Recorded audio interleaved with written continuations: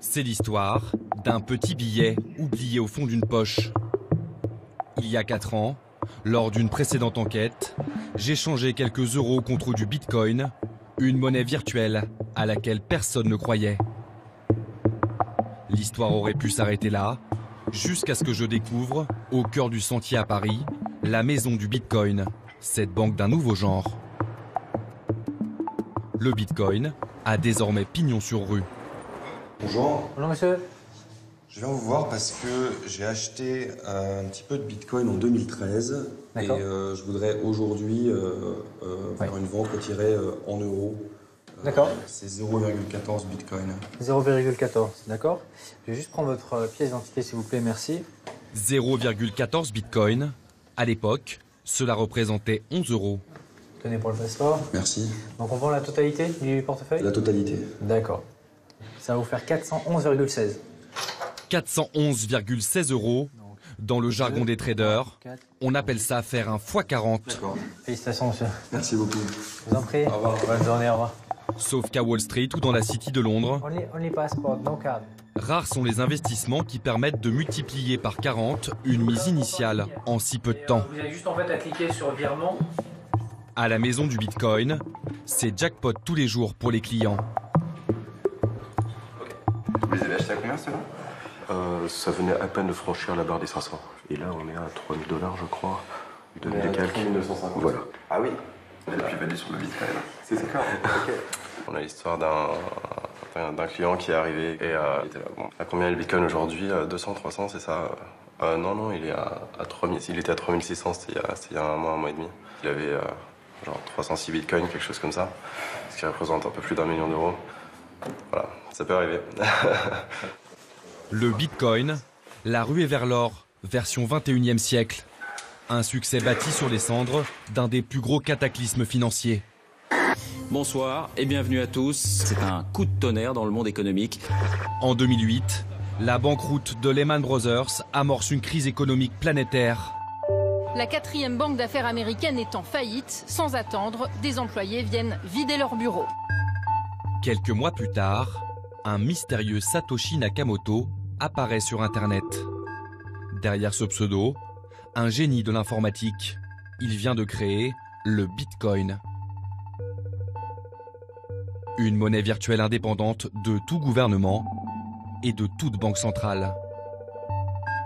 Voici son ADN, ses lignes de code très complexes. N'importe quel citoyen dans le monde entier peut désormais fabriquer et échanger du Bitcoin. De l'argent à portée de tous, mais très volatile, car la valeur du Bitcoin ne dépend que de l'offre et de la demande. Plus les gens en achètent, plus il augmente. Aujourd'hui, son cours atteint un sommet historique, 3 900 € pour un Bitcoin. Des investisseurs au nez creux auraient bâti leur fortune sur cette monnaie virtuelle. Qui sont ces nouveaux millionnaires ?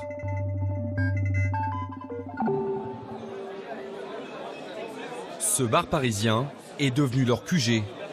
Depuis 4 ans, les adeptes du Bitcoin s'y réunissent une fois par mois. Ça marche pour le Bitcoin parce qu'on s'en fout de la vérité. Ici, les discussions de comptoir peuvent donner la migraine. C'est dû au fait que la blockchain Ethereum est beaucoup plus dure à parser que la blockchain Bitcoin. C'est-à-dire quoi parser? Au mur, pas de menu, mais les cours du Bitcoin. Tu veux 2 pains de Stella? Ouais. Très bien. Sofiane a été le premier barman parisien à accepter les règlements en monnaie virtuelle. Non, j'ai payé en Bitcoin. Ça te fait 32 s'il te plaît Quentin. Alors, transaction en Bitcoin, c'est ma 3e ce soir. Il suffit simplement de scanner ce code barre nouvelle génération. Je prends. Quentin, un habitué, vient de régler son addition. 0,0082 bitcoins sont passés de son compte à celui du barman. Les garçons, ça vous fait 6 chacun, il y en a un qui paye en Bitcoin ou pas? Non, je paye dans le Bon, très bien. C'est devenu le mode de paiement préféré de Sofiane. Tu payes comment? D'accord. Vous avez l'air déçu. Ouais, un petit peu, ouais, quand même. Ouais. Parce que tu sais qu'en fait, les transactions, en général, lorsque j'encaisse 6 € en Bitcoin, 3 jours après, ça se transforme en 9 €. Je te raconte pas pour ceux qui ont des tablettes de 200 € qui 3 jours après, en fait, leur addition s'élève réellement à 110 € de plus. C'est ce qui est fantastique. D'ailleurs, c'est la première des raisons pour laquelle j'ai accepté le Bitcoin en fait.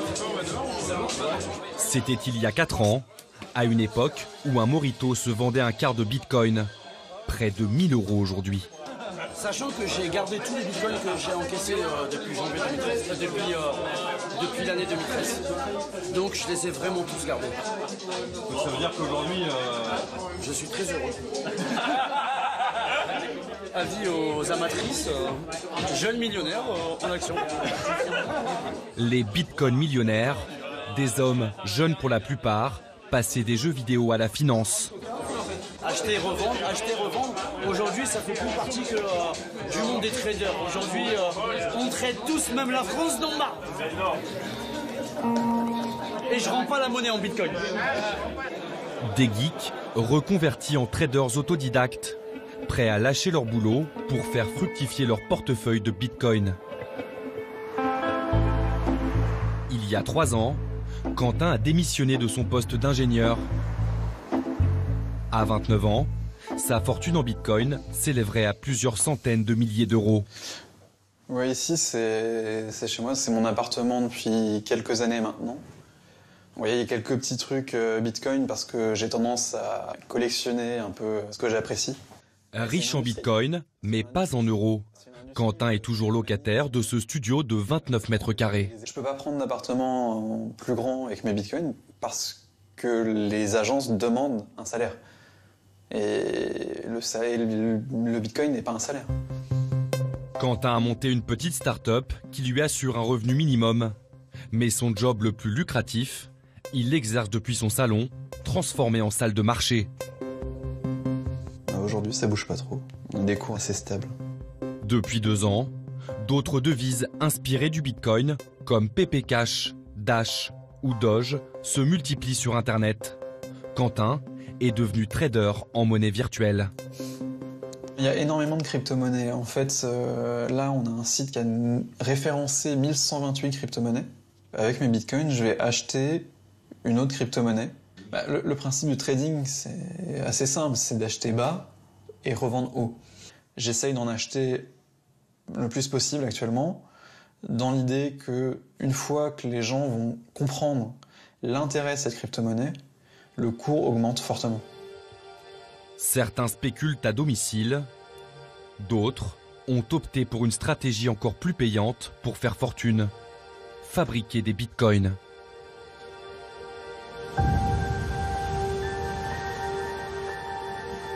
C'est une terre battue par les vents, isolée dans les eaux froides de l'Atlantique Nord. Notre enquête se poursuit en Islande. Après plusieurs semaines de négociations, nous sommes sur le point de rencontrer un chercheur d'or numérique. Mais pour pénétrer dans ce monde fermé, il faut montrer patte blanche. L'homme nous a simplement fixé un rendez-vous dans une station-service du nord de l'île.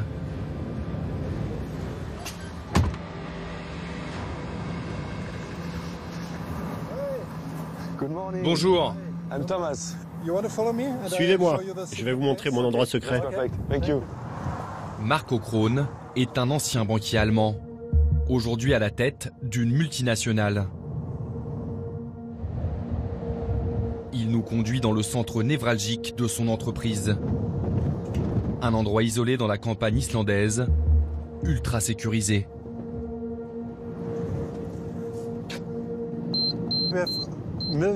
Il y a des millions de dollars de matériel investi ici. Ça coûte très cher. C'est pour ça qu'il vaut mieux garder cet endroit secret, à l'abri des personnes mal intentionnées. Nous pénétrons dans ce que l'on appelle une mine de bitcoin. Hey, bonjour LS, comment ça va? Ça se passe bien? Ça va. Tout va bien? Oui, oui. Une mine, sans piolet ni galerie souterraine, mais avec des ordinateurs dernier cri qui fabriquent des bitcoins nuit et jour. Il y a ici environ 15 000 processeurs. Et connectés tous ensemble, ils constituent l'un des ordinateurs les plus puissants du monde.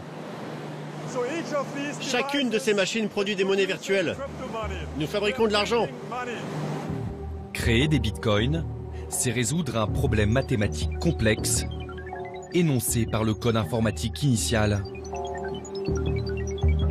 À chaque fois que l'ordinateur trouve la solution, Mark O'Krone empoche un bitcoin. Certains comparent le bitcoin à de l'or, car ils ont les mêmes propriétés. Il n'y a qu'une quantité limitée de bitcoin disponible. Donc il faut du temps pour en trouver des nouveaux. 16 millions de bitcoins ont été fabriqués depuis la naissance de cette monnaie. Le code informatique initial a prévu un plafond fixé à 21 millions. Plus le stock de bitcoins s'amenuise, plus les calculs pour en dénicher de nouveaux deviennent complexes. On a commencé avec une toute petite mine. C'était juste une petite machine avec 4 microprocesseurs. Voilà comment tout a commencé. Et 2 ans et demi plus tard, on a construit cet énorme bâtiment. C'est devenu un business complètement fou. Aujourd'hui, Mark O'Krone est à la tête d'une industrie. 4 hangars géants en Islande et une nouvelle mine de bitcoin en Géorgie. Combien d'argent fabriquez-vous chaque jour? Ça, c'est une question un peu délicate. Je ne peux pas le dire précisément, mais bien sûr, on connaît ce montant. On fabrique des centaines de milliers d'euros chaque jour ici. Fabricant de bitcoin, un métier bien plus rentable que celui de banquier. J'étais un banquier un peu atypique. Je parlais du bitcoin à tout le monde, mais la plupart de mes collègues à la banque, ça ne les intéressait pas. Ils pensaient sans doute que j'étais fou. Et puis ensuite, ils ont observé la montée du cours, de 15 à 50, à 100, à 500, à 1000 $. Et ils se sont dit, oh, j'ai peut-être manqué une opportunité. Êtes-vous personnellement riche en bitcoin? Oui, bien sûr. Si vous avez commencé à amasser des bitcoins il y a 5 ans, vous êtes complètement stupide si vous n'avez pas gagné de l'argent avec. Je pourrais m'arrêter de travailler maintenant, me dire ok, je ne m'occupe plus de rien et avoir une super vie. Mais vraiment, j'adore ça. Selon une étude récente, 5 millions de personnes utiliseraient le bitcoin dans le monde. Les plus enthousiastes y voient la monnaie du 21e siècle. Et les engagements de certains gouvernements commencent à leur donner raison. Tokyo, capitale mondiale du bitcoin. Au Japon, cette monnaie virtuelle est officiellement reconnue comme moyen de paiement depuis le mois d'avril. Plus de 4500 magasins l'acceptent déjà, tout comme des bureaux de change. C'est sûr, ça va être un super business. Et même des banques d'investissement.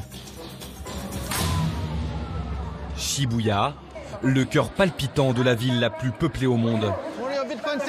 Des autocollants Bitcoin. Des autocollants Bitcoin gratuits.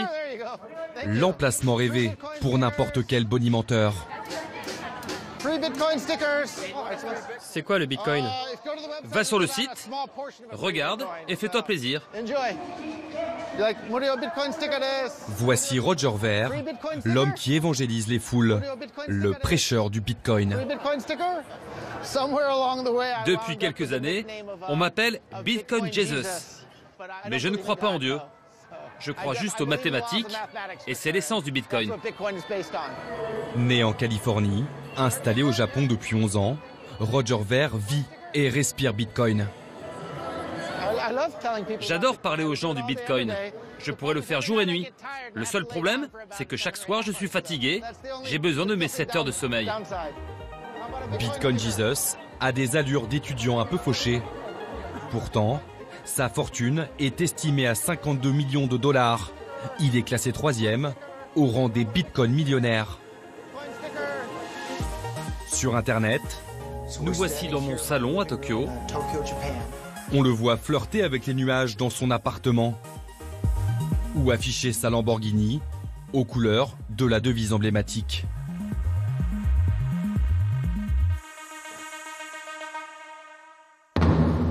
Roger Ver ne rate jamais une occasion de vanter les mérites de sa monnaie fétiche. Ce matin-là, il s'entraîne au jiu-jitsu au sommet d'un building, propriété de son adversaire, un businessman spécialisé dans l'immobilier.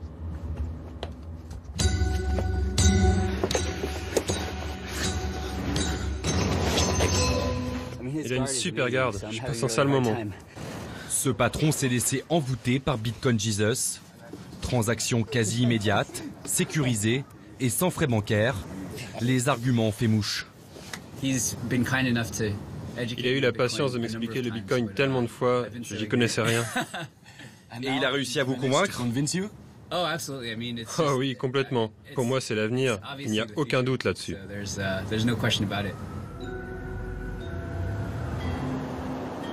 Roger Ver et le Bitcoin, c'est l'histoire d'une revanche à prendre sur son pays natal. Il y a 15 ans, il tenait un site d'e-commerce aux États-Unis. Il a purgé 10 mois de prison ferme pour y avoir vendu des feux d'artifice sans autorisation. Une sentence sévère pour un délit mineur. En 2014, j'ai renoncé à la citoyenneté américaine. Je n'ai même plus de passeport américain. Et je pense que c'est la meilleure chose que j'ai faite de toute ma vie. Pourquoi? Les États-Unis représentent l'impérialisme. Ils font la guerre. Ils balancent des bombes sur des innocents. Je ne veux plus rien avoir à faire avec eux. Un discours radical aux accents libertaires. Derrière cette course effrénée au Bitcoin, la quête d'un idéal, celui d'un monde sans entrave. Si tu as des bitcoins, aucune institution ne peut saisir ton argent par la force. Aucune autorité ne peut bloquer tes paiements. Donc si tu es partisan de la paix, tu devrais aimer le bitcoin. Le bitcoin, c'est la monnaie de la paix. Le dollar et les autres devises, ce sont celles de la guerre et de la corruption. Son rêve, que la monnaie virtuelle supplante un jour le dollar. Pour inonder la planète de bitcoin, Roger Ver a créé une plateforme financière, un site fréquenté par plus d'1 million d'internautes chaque semaine. Le millionnaire n'hésite pas à y aller de sa poche. En un clic, il dépense plus de 5 millions de dollars en matériel informatique. Et en commercial acharné, il insiste pour offrir un petit cadeau aux téléspectateurs de France 2. Je vais envoyer de l'argent de mon téléphone vers cet écran de télé. Et quiconque regardera l'émission pourra scanner le code que je vais vous révéler. Et voilà, quiconque scannera ce code sur sa télé recevra 1 100 €. Malheureusement pour vous, complément d'enquête n'est pas un jeu télévisé. Nous avons dû flouter le code. Nous n'avons pas eu besoin de banque, ni de la permission d'un gouvernement. Personne dans le monde ne peut contrôler ou geler votre compte. Vous êtes prêt à donner 1 000 €? Vous avez dépensé beaucoup d'argent de cette façon? Je ne peux même pas compter le nombre de bitcoins que j'ai donnés. Au moins des dizaines de milliers depuis toutes ces années. C'est un moyen fantastique de convertir les gens. Je suis sûr qu'énormément de téléspectateurs vont sauter sur leur téléphone parce qu'ils les veulent, ces 1 000 €. Mais dans le monde merveilleux de Roger, il y a pourtant une faille. Les coffres-forts dans lesquels sont gardés les bitcoins sont parfois vulnérables. Depuis 3 ans, les vols de bitcoin par des pirates informatiques se multiplient. Marc Karpelès est emmené par la police japonaise. On l'appelle le baron du bitcoin. Ce Français de 32 ans expatrié à Tokyo est au cœur d'un scandale retentissant. Interpellé en 2015, Marc Karpelès est accusé d'avoir piraté sa propre plateforme d'échange. 650 000 bitcoins volatilisés, soit près de 2,5 milliards d'euros aujourd'hui. Et des centaines de victimes présumées comme ce Britannique. Vous m'avez pris mes bitcoins. Mais laissez-moi rentrer. Vous m'avez pris mes bitcoins. Marc Karpelès a passé 1 an en prison. Son procès vient tout juste de s'ouvrir au Japon. Pour les victimes de ces braquages 2.0, pas de recours, pas de possibilité de remboursement. C'est peut-être la raison pour laquelle aucune banque française ne propose le bitcoin. À la Banque de France, cela fait 4 ans qu'on tire la sonnette d'alarme. Le premier risque, c'est que quelqu'un qui dispose d'un montant en bitcoin risque de voir sa valeur décroître extrêmement rapidement. Le second risque, c'est de ne pas pouvoir récupérer les sommes investies au moment où l'utilisateur le souhaite. Puisqu'à ce moment-là, il faut qu'il y ait d'autres utilisateurs qui soient désireux au même moment de vous acheter les bitcoins contre de l'euro. Et troisième risque, c'est bien entendu le risque de fraude informatique avec le risque de vol de vos avoirs en bitcoin. Certains disent que c'est la monnaie du 21e siècle. Certainement pas. Certainement pas. Le bitcoin est un instrument spéculatif. C'est certainement pas un instrument de paiement. Essayez d'aller faire les courses dans votre quartier en bitcoin, vous risquez de mourir de faim. Des sites de e-commerce, des boutiques, des restaurants acceptent pourtant de plus en plus les règlements en monnaie virtuelle. Et il n'y a jamais eu autant de curieux à la maison du Bitcoin. Bonjour. Bonjour, bienvenue. Aux côtés des habituels geeks, soyez les bienvenus à la maison du Bitcoin. On trouve désormais des cadres, des retraités, des petits épargnants. Une nouvelle vague comme Internet à un moment, donc pourquoi pas la saisir, quoi. Si vous l'avez acheté quand ça valait 50 €, ça en vaut 3000 et quelques aujourd'hui, ça peut faire une fortune. Ça y est, c'est décidé, j'investis. J'investis. Combien Logiquement, 4 999 €.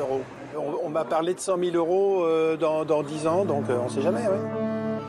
Face à un tel succès, même la présidente du FMI, Christine Lagarde, vient de reconnaître le potentiel du Bitcoin, une devise qui, selon elle, pourrait donner du fil à retordre aux monnaies existantes.